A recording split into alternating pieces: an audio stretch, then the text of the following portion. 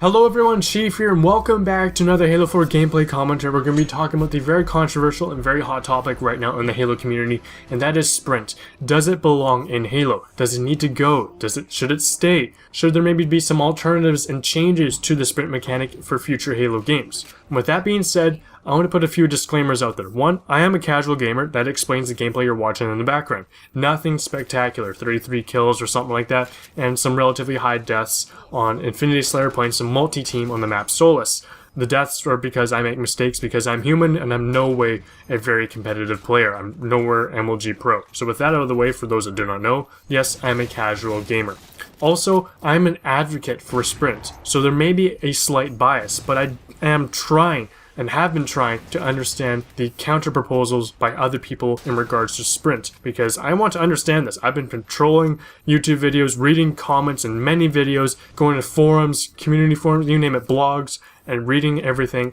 And really, from all my research, it seems to dwindle down to a few three core arguments. Every argument can be categorized into three different sort of complaints.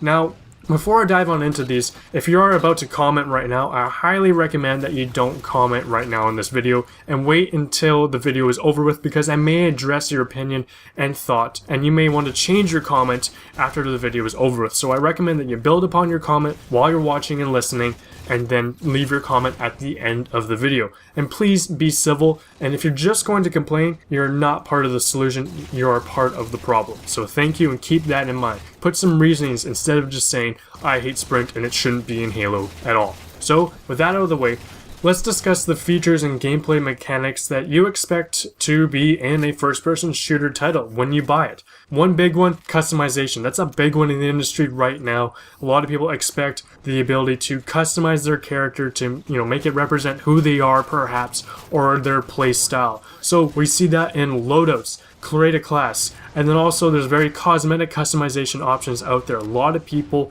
want to have their own unique experience and be unique within themselves in that battlefield out there in multiplayer.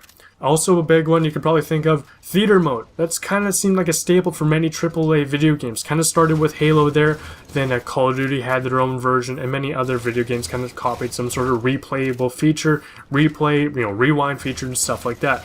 Horde mode was also kind of a big one there. There was a big fad, it almost seemed like, that started a little bit like with Gears of War there. Nazi zombies came around, Firefight. Every kind of main AAA shooter there had their own wave-like multiplayer experience. And I'm not saying it's bad that, they copied this other video game because they had this feature first. No, I like to see successful features be, adopted into other video games to potentially make that video game better. Now, one staple that comes to mind when you think of a shooter video game is Sprint, and Halo has been the only real major AAA video game title that doesn't have this feature of Sprint. Now, it kind of baffled me, especially when reading the Halo lore. They boasted that Spartans could sprint at ridiculous speeds, high miles per hour there. And it kind of baffled me after reading those books. I'll go play the original Halo trilogy, Halo Combat Evolved, Halo 2, and Halo 3, and you couldn't sprint. And I was like, seems a little weird. And I was like, maybe it'd be nice to see what sprinting would be like in Halo, especially after playing many other different shooter video games that did have sprint. Sprint seemed like a staple to be expected within a shooter.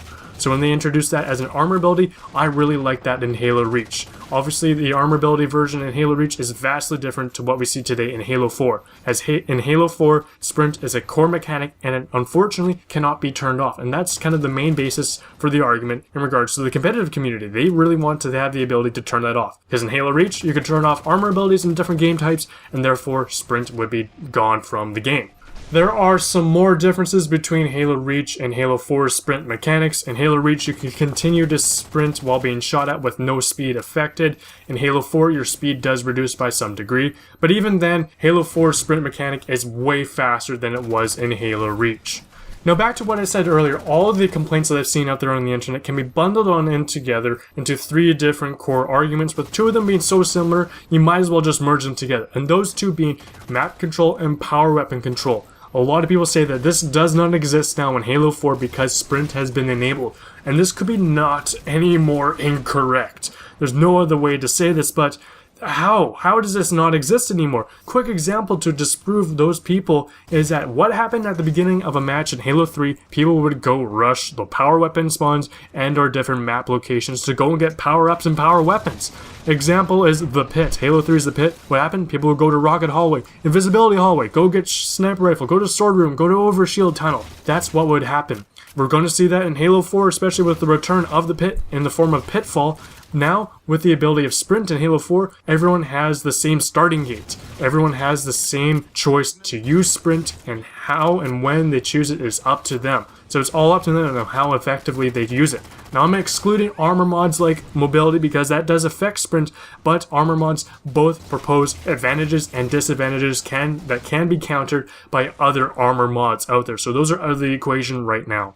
The third core argument cannot be easily dismissed, and that is the one by the name of get out of jail free card. That's what a lot of people say is introduced into Halo 4 because of Sprint. Essentially, people have the ability to make a mistake and still live to fight another day because they can sprint and go back behind cover.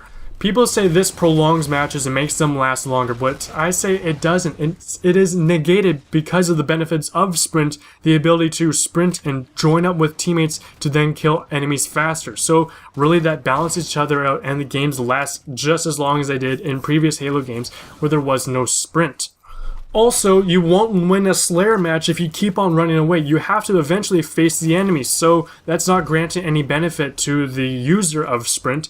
And also, objective games, everyone's already sprinting to the objective, and if they're sprinting to run and hide behind cover, they're most likely not playing the objective, so they're not granting any benefit to their team because they're most likely nowhere near the objective. So that leaves us with the get out of jail free card situation. What is the solution to that? I think some alternatives and some tweaks to Sprint would be better rather than removing Sprint, because I do not foresee 343 Industries removing Sprint from Halo or future Halo games. That is because it is a major first-person shooter feature that a lot of people come to expect and they want to target the majority, and also it's already been implemented in 2 Halo games and all of the maps have been designed with Sprint in mind. That is why the Lockout remake, now called Shutout, it is bigger because of the Sprint mechanic. So what may be a better solution? A lot of people say maybe just have competitive playlists without Sprint. That could be very well a solution. Or what I see as a more favorable alternative is to have the Spartan come to a complete halt if they're shot at while sprinting, instead of having this slowly reduce speed, or maybe even have their speed reduced more severely than it is right now. In the end, I see that tweaks and changes to the sprint mechanic would be more favorable and be the better idea rather than removing the sprint mechanic completely or putting it back as an armor ability. Leave me your thoughts down below. Please be civil and respectful of other people's thoughts and opinions. And I'll see you guys next time. If you guys like this video, leave a like, leave a favorite, as it greatly helps out my channel. Subscribe if you haven't already for Halo videos. My name is Chief, and I'm signing out.